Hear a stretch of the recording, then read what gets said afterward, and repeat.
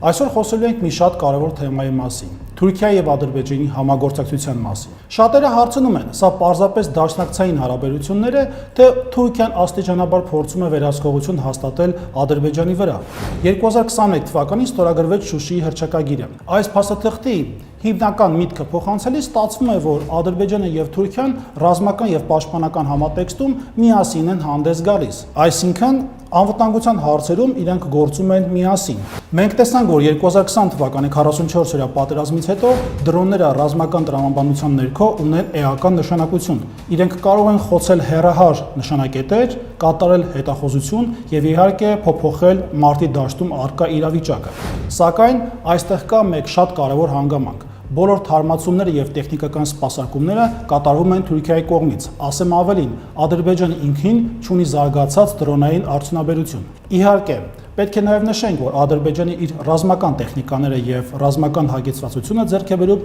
ոչ միայն Թուրքիայից, այլ նաև եվրոպական մի շարք երկրներից, բայց պետք է ընդգծեմ նաև, որ ադրբեջանական ռազմատեխնիկական արդյունաբերության եւ առհասարակ ռազմատեխնիկական կախվածությունը Թուրքիայից էականորեն շատ է։ Ինչու եմ այս պնդումը անում, որովհետեւ Ադրբեջանը վերջին տարիներին իր ռազմական պատրաստությունը, այսինքն զորավարությունները էականորեն մեծացրել է Թուրքիայի հետ։